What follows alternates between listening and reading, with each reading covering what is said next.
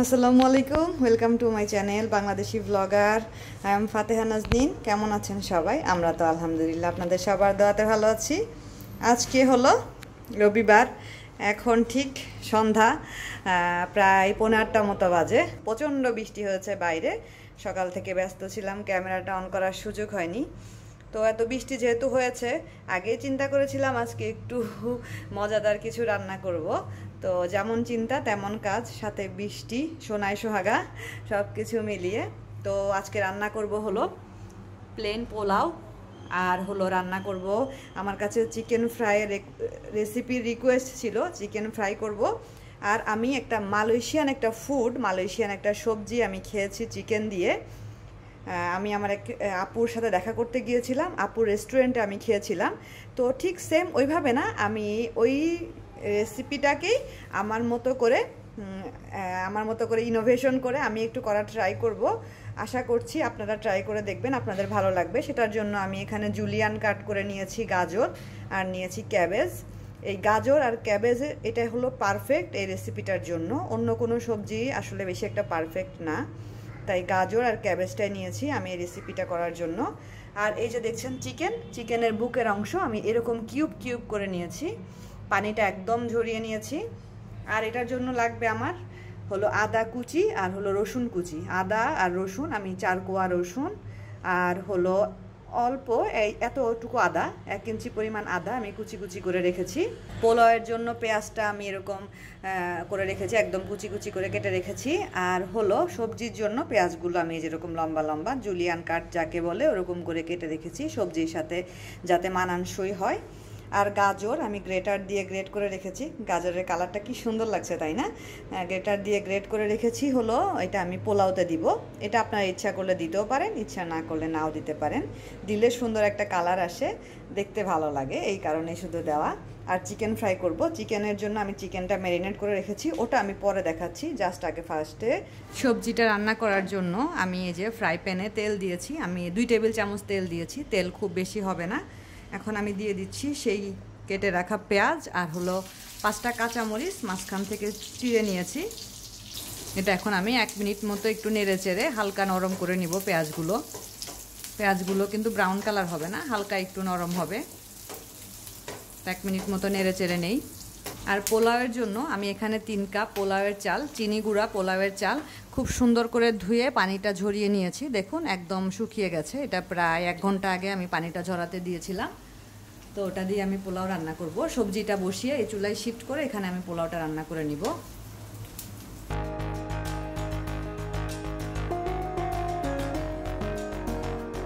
Testing salt এরা use করে, but আমি টেস্টিং সল্টটা স্কিপ করব, কারণ টেস্টিং সল্ট স্বাস্থ্যের জন্য ভালো না। আমি নর্মাল লবণটা দিব, আপনারা ইচ্ছা করলে সি সল্ট ইউজ করতে পারেন।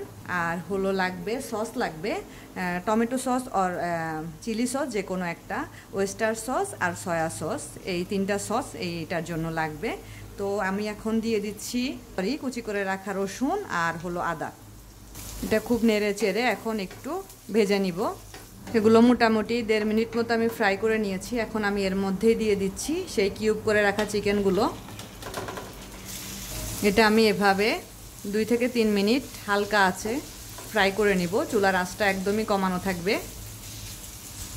তো ঠিক আছে, ফ্রাই করে নেই আমি তাহলে। 2 মিনিট মতো আমি ফ্রাই করে নিয়েছি। এখন আমি সেই কেটে রাখা সবজিগুলো দিয়ে দিচ্ছি এর মধ্যে।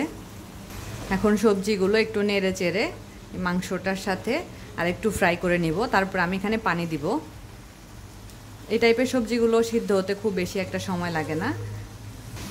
আমার ডিশটা আর একটু বড় হলে ভালো হতো, নাড়তে ইজি হতো। আমি আসলে ঠিক খেয়াল করতে পারিনি, আর একটু বড় নেওয়া উচিত ছিল। তো ঠিক আছে, আমি এগুলো একটু এরকম নেড়ে চেড়ে 2 থেকে 3 মিনিট একটু কুক করে নেই, তারপর আমি এখানে পানি অ্যাড করব। তো 2 থেকে 3 মিনিট এটা ফ্রাই করা হয়ে গেছে। এখন আমি এখানে দিয়ে দিচ্ছি পরিমাণ মতো লবণ। লবণটা আপনাদের স্বাদের উপরে নির্ভর করবে, যে যেমন লবণ খেতে চান সেরকম দিবেন। দিয়ে দিচ্ছি গোলমরিচের গুঁড়ো। গোলমরিচের গুঁড়ো অল্প বেশি না, গোলমরিচের গুঁড়োটা কিন্তু একটু ঝাল হয়। দিয়ে এখন আমি খুব ভালোভাবে নেড়ে নিচ্ছি। এখন আমি পানি দিব, পানি দিয়ে দিচ্ছি। এটা একটু হালকা ঝোল ঝোল হবে। এই যে পানি দিয়ে দিলাম, এটা কিন্তু একটু ঝোল ঝোল হবে। এখন আমি এটা ওই চুলায় শিফট করে দিব। এই চুলায় আমি এখন পোলাওটা বসিয়ে দিব। এর মধ্যে আমি বাকি সস যেগুলো অ্যাড করার ওগুলো আমি একটু পরে অ্যাড করব, নামানোর একটু আগে অ্যাড করব। এখন আর কিছুই অ্যাড করব না, ঢাকনা ছাড়াই এটা আমি এখন 7 থেকে 8 মিনিট সিদ্ধ করে নিব। চুলার আঁচটা মাঝারি থাকবে।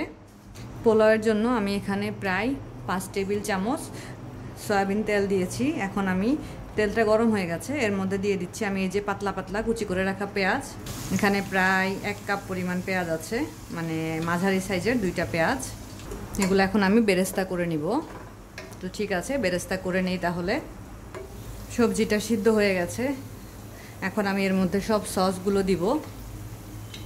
দিয়ে দিচ্ছি আমি চিলি সস প্রায় 2 টেবিল চামচ পরিমাণ। আপনারা যদি টমেটো সস দিতে চান সেক্ষেত্রে টমেটো সসও দিতে পারেন।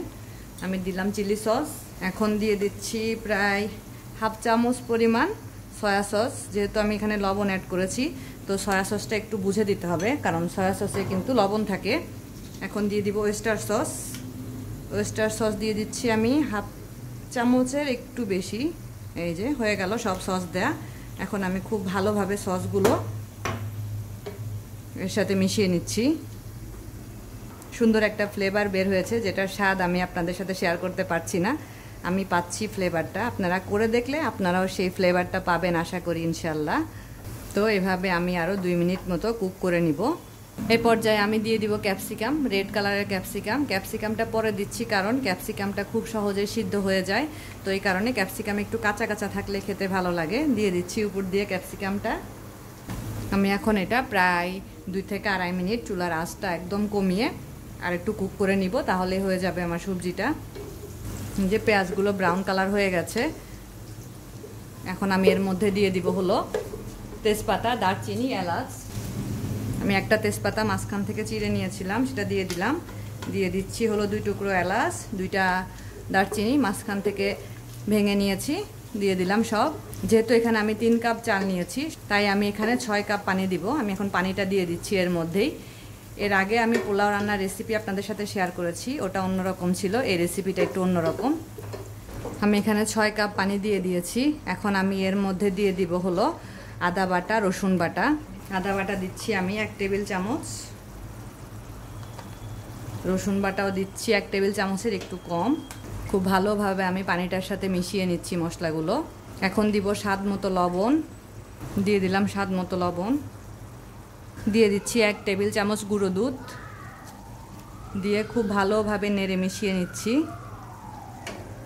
এখন দিয়ে দিচ্ছি সেই গ্রেট করে রাখা গাজর। এটা আগেও বললাম, সম্পূর্ণ আপনাদের উপরে নির্ভর করবে, ইচ্ছা করলে দিতেও পারেন, ইচ্ছা না করলে স্কিপ করতে পারেন।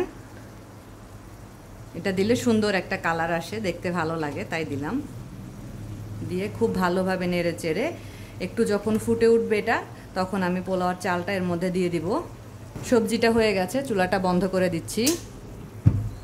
পানিটা ফুটে উঠেছে, এখন আমি সেই সুন্দর করে আগে থেকে ধুয়ে পানি ঝরিয়ে রাখা পোলাওয়ার চালটা এর মধ্যে দিয়ে দিচ্ছি। খুব ভালোভাবে নেড়ে চেড়ে আমি এখন ঢাকনাটা দিয়ে দিব। ঢাকনা দিয়ে চুলার আঁচটা মাঝারি রেখে আমি এখন কুক করে নিব। একটু কিছুক্ষণ পর পরে চেক করতে হবে যাতে নিচে লেগে না যায়। খুব বেশিক্ষণ লাগবে না, 10 থেকে 12 মিনিটের মধ্যেই হয়ে যাবে ইনশাল্লাহ, আশা করি। তো এটা একটা পোলাও রান্নার রেসিপি আমি আপনাদের সাথে শেয়ার করলাম, করে দেখবেন, আশা করি ভালো লাগবে। তো আমি এখন চিকেন ফ্রাইয়ের প্রসেসিংটা আপনাদের সাথে শেয়ার করব। এই যে পোলাওটা হয়ে গেছে, দেখুন কি সুন্দর ঝরঝরা হয়েছে পোলাওটা। তো এইভাবে পোলাওটা ট্রাই করে দেখতে পারেন আপনারা। তো এখন আমি চিকেন ফ্রাইটা ফ্রাই করে নিব, তো সেটা আমি আপনাদের সাথে শেয়ার করছি কিভাবে আমি চিকেন ফ্রাই করি আর কি। চিকেন ফ্রাই করার জন্য আমি চিকেনটা ম্যারিনেট করে রেখেছিলাম প্রায় 12 ঘন্টা মতো। ম্যারিনেট করে এরকম একটা র্যাপিং দিয়ে র্যাপ করে রেখেছিলাম। তো আমি চিকেনটা কিভাবে ম্যারিনেট করে রেখেছিলাম সেটা একটু চিকেনগুলো ম্যারিনেট করার জন্য ফার্স্টে চিকেনগুলোকে খুব ভালোভাবে ধুয়ে পানিটা ঝরিয়ে এরকম টিস্যু দিয়ে চেপে চেপে ভিতরে যা পানি আছে সবগুলো টিস্যুর সাথে যাতে চলে আসে এরকম করে নিতে হবে। আর এরকম ফেলে নিতে হবে, ছুরি দিয়ে একটু কেটে কেটে নিতে হবে আর কি। তো এখন আমার চিকেনগুলো খুব সুন্দর করে পানিটা ঝরানো হয়ে গেছে। আমি দিয়ে দিচ্ছি 1 চা চামচ আদা বাটা, 4 টুকরো রানের পিস আর কি, 1 চা চামচ রসুন বাটা, আর দিয়ে দিব আমি এখন হাফ চা চামচ গোলমরিচ গুঁড়ো আসলে বেশি দেওয়া যাবে না, বেশি দিলে বেশি ঝাল লাগে আর কি খেতে। দিয়ে দিচ্ছি স্বাদ মতো লবণটা কম হবে, বেশি হবে না, যেহেতু ব্যাটারে লবণ থাকবে। এখন খুব ভালোভাবে মাখিয়ে এরকম একটা র্যাপিং পেপার দিয়ে র্যাপ করে আমি নর্মাল ফ্রিজে রেখে দিব। যাদের কাছে র্যাপিং পেপার নেই তারা ইচ্ছা করলে ঢাকনা দিয়ে ঢেকে নর্মাল ফ্রিজে রেখে দিতে পারেন 10 থেকে 12 ঘন্টা মতো। তো দেখে আসলেন কিভাবে ম্যারিনেট করে রেখেছিলাম চিকেনটা। তো এটা আমি ফ্রিজ থেকে বের করে নিয়েছি, নর্মালে রেখেছিলাম যেহেতু আধা ঘন্টা আগে আমি বের করে নিয়েছি। এখন আমি ফ্রাই করার জন্য যে ব্যাটার লাগবে সেই ব্যাটারটা তৈরি করে নিচ্ছি। ব্যাটারের জন্য আমি এখানে নিয়ে নিচ্ছি, আমি 4 টুকরো রানের অংশ নিয়েছি, এজন্য আমি নিয়ে নিচ্ছি 1 কাপ প্লেন ফ্লাওয়ার, একদম নর্মাল যে ময়দা, হাফ কাপ কর্নফ্লাওয়ার। আসলে আমি জানি আমার অনেক মানে রাঁধুনি ভাই এবং বোনেরা আছেন যারা আমার ভিডিও দেখেন, তারা আমার চাইতে অনেক ভালো ভালো রান্না করেন, ভালো ভালো রান্না জানেন। আমি আসলে একদমই মানে খুব বেশি যে জানি তা না। তো ঠিক আছে, পরে কথা বলছি, আগে দিয়ে নেই। লবণ দিয়ে দিচ্ছি স্বাদ মতো, গোলমরিচের গুঁড়ো দিচ্ছি হাফ চা চামচ।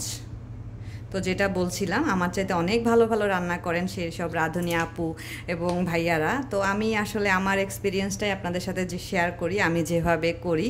তো আমার যদি কোনো ভুল ত্রুটি হয়ে থাকে আমার রেসিপিগুলোতে, অবশ্যই আশা করব আপনারা যেভাবে করেন আমার চাইতে নিশ্চয়ই আর অনেক ভালো, অনেক সুন্দর ওয়েতে করেন। তো সেগুলো আমাকে প্লিজ শেয়ার করবেন, যাতে করে আমিও আপনাদের কাছ থেকে কিছু শিখতে পারি। আর আমার রেসিপিগুলো আপনারা সুন্দর দৃষ্টিতে দেখবেন, এটা আপনাদের কাছ থেকে মানে আমার চাওয়া আর কি। আমি চেষ্টা করি আমার এফোর্টটা দেওয়ার, বাকিটা আমি জানি না কতটা দিতে পারি, আপনারাই ভালো বলতে পারবেন।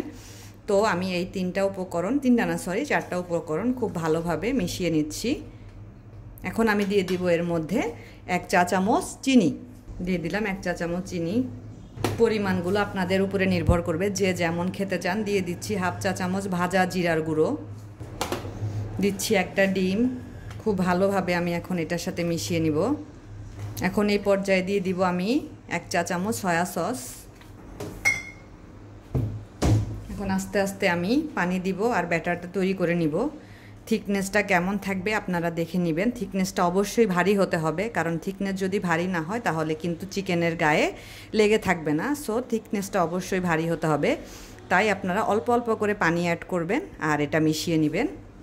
ইচ্ছা করলে চামচ দিয়ে যদি না হয় আপনারা হাত ইউজ করতে পারেন, হাত দিয়ে মনে হয় বেশি ভালো হবে। তো আমি হাত দিয়েই গুলিয়ে নিচ্ছি। এই যে থিকনেসটা এরকম হবে, দেখেই বুঝতে পারছেন একদম ঘন হবে থিকনেসটা। তো হয়ে গেছে, এটা আমি এখন প্রায় 10 মিনিট মতো রেখে দিব, যাতে করে সব কিছু খুব সহজে মিশে যায়। তারপরে আমি চিকেনটা ফ্রাই করে নিব। তো আমার 10 মিনিট হয়ে গেছে, তেল দিয়ে দিয়েছি কড়াইতে চিকেনটা ফ্রাই করার জন্য। তো এখন আমি সেই ব্যাটারটাতে চিকেনটাকে ডুবিয়ে নিচ্ছি। এই যে চিকেন, ম্যারিনেট করা চিকেন, তো আমি ডুবিয়ে এখন আমি ফ্রাই করে নিব। খুব ভালোভাবে ব্যাটারটা মিশাতে হবে চিকেনের গায়ে। দেখুন থিকনেসটা এরকম হওয়ার কারণে কিন্তু গা থেকে সরে যাচ্ছে না ব্যাটারটা। তো তেলটাও গরম হয়ে গেছে, আমি দিয়ে দিচ্ছি এখন। এভাবে করে আমি 3 পিস চিকেন ফ্রাই করে নিব, যেহেতু আমরা মানুষ 3 জন, এত বড় চিকেন তো আর 2-3 টুকরো খাওয়া যাবে না। অনেকে হলো চামড়া সহ ফ্রাই করে, এটা আপনাদের ইচ্ছা, আপনারা চামড়া রাখতেও পারেন চিকেনের গায়ে, চামড়া আবার ছাড়াও ফ্রাই করতে পারেন। আমরা চামড়াটা খুব বেশি একটা পছন্দ করি না, তাই চামড়া ছাড়াই ফ্রাই করে নিচ্ছি। আর চুলার আঁচটা কিন্তু কমানো থাকবে। চুলার আঁচটা যদি বাড়ানো থাকে সেক্ষেত্রে কি হবে, বাইরের অংশটা হবে, ভিতরটা কাঁচা থেকে যাবে। তো চুলার আঁচটা কমানো থাকতে হবে, আস্তে আস্তে ভেজে নিতে হবে। তো হয়ে গেছে, আর এইটুকু বেঁচে গেছে। আর হলো একটা চিকেন আছে, এগুলো আমি রেখে দিব ফ্রিজে, এগুলো দিয়ে আমি চিকেনটা পরে ফ্রাই করে নিব। তো ঠিক আছে, এই 3 টুকরো আমি সুন্দর করে আস্তে আস্তে ফ্রাই করে নিই তাহলে।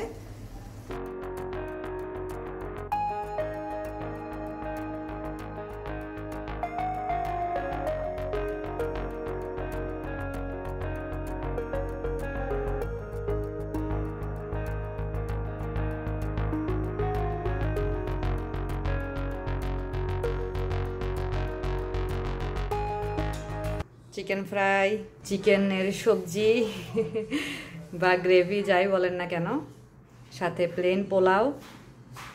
তো এখন আমরা ডিনার করব। তোষানের বাবার নাকি প্রচণ্ড ক্ষুধা লেগে গেছে, আরও স্মেলে নাকি আরও বেশি ক্ষুধা লেগে গেছে। তো তারা হলো ড্রয়িং রুমে নিচে ম্যাট বিছাচ্ছে, ম্যাটে বসে খাবো আর কি আমরা। তো আমরা খেতে বসে পড়েছি। মজার খাবার হলে আসলে রাত্রেবেলা না খেয়ে থাকতে পারি না, যদিও রাত্রে আমি আগেই বলেছি রাইস টাইপের কিছু আমি রাত্রে নেই না। তো যেহেতু একটু মজার খাবার রান্না করেছি, সেহেতু একটু যদি না খাই তাহলে আসলে কেমন হয়, তাই না? এই জন্য খাচ্ছি আর কি। আর ফ্যামিলির সাথে বসে খাওয়া দাওয়া করতেও কিন্তু অনেক ভালো লাগে। একসাথে সবাই বসে খেতে খেতে গল্প করতে করতে সময়টা আসলে খুব ভালো পার হয়। তোষানের একটু মনটা খারাপ হয়ে গেছে, কারণ সে একটু বেশি লাফালাফি করছিল। তার বাবা বলেছে চুপ করে বসো, তাই মনটা একটু খারাপ, ক্যামেরার দিকে তাকিয়েছিল সেই জন্য ওইভাবে। তো খাওয়া দাওয়া শেষ করব, শেষ করে তোষানকে ঘুম পাড়িয়ে দিব। তো ঠিক আছে, আমার আজকের ব্লগটি যদি আপনাদের ভালো লাগে প্লিজ চ্যানেলটি সাবস্ক্রাইব করবেন, পাশে থাকা ছোট্ট বেল আইকনটি ক্লিক করে দিবেন, আর আমাদের জন্য দোয়া করবেন। আপনারা যে যেখানে থাকেন অনেক ভালো থাকেন। রেসিপিগুলো যদি ট্রাই করেন অবশ্যই আমাকে কমেন্ট করে জানাবেন, আর আমার ভিডিও বা ব্লগগুলো কেমন লাগে সেটাও আমাকে জানাবেন। লাইক করবেন, ফ্রেন্ড অ্যান্ড ফ্যামিলির সাথে শেয়ার করবেন। সবাই ভালো থাকেন, সুস্থ থাকেন। আজকের মতো এখানেই বিদায় নিচ্ছি। নেক্সট ব্লগ ইনশাআল্লাহ আবার কথা হবে, আবার দেখা হবে। সে পর্যন্ত আল্লাহ হাফেজ।